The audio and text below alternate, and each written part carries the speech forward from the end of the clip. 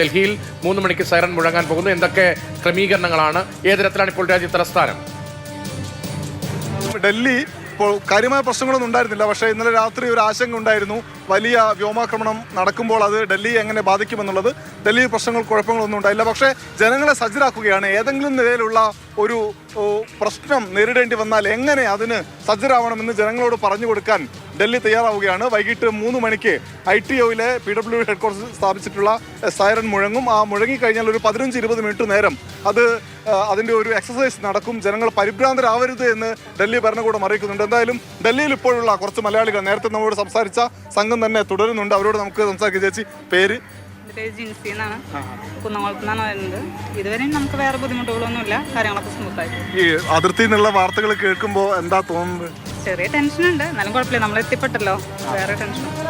നാട്ടിൽ നിന്ന് ആളുകൾ വിളിക്കുന്നുണ്ടോ? വിളിക്കുന്നൊക്കെ ഉണ്ട്. എന്താ ചോദിക്കുന്നത്? അല്ല, ഇവിടുത്തെ അവസ്ഥ എങ്ങനെയാണെന്നൊക്കെ ചോദിക്കുന്നുണ്ട്. കുഴപ്പമൊന്നുമില്ല ഇതുവരെ. വേറെ പ്രശ്നങ്ങളൊന്നുമില്ല. നാട്ടിൽ നിന്ന് വിളിക്കുമ്പോഴാണ് ഞങ്ങൾക്ക് ഇവിടെ പ്രശ്നമാണ്. ഇവിടെ നിൽക്കുമ്പോൾ വേറെ പ്രശ്നങ്ങളൊന്നുമില്ല. ഞങ്ങൾക്ക് ധൈര്യമാണ്, കുഴപ്പമൊന്നുമില്ല. ഞങ്ങൾ ഇനി ആഗ്രഹിക്കാൻ അടുത്ത് പോകുന്നത്. ആഗ്രഹം കഴിഞ്ഞാൽ പിന്നെ ജയ്പൂർ പോകുന്നുണ്ട്.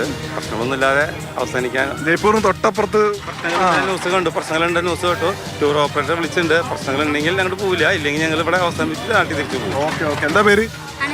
പേടിയൊന്നുമില്ലല്ലോ അല്ലേ?